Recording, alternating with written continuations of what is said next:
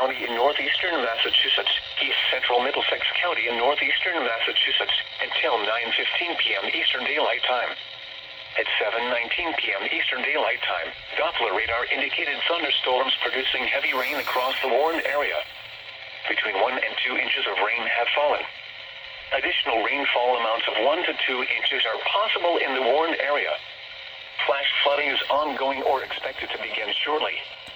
Hazards include flash flooding caused by thunderstorms, flash flooding of small creeks and streams, urban areas, highways, streets, and underpasses, as well as other poor drainage and low-lying areas.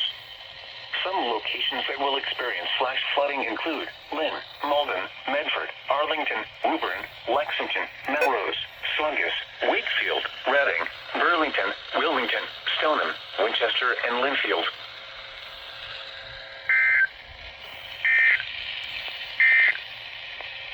The following is a summary of watches, warnings, and advisories in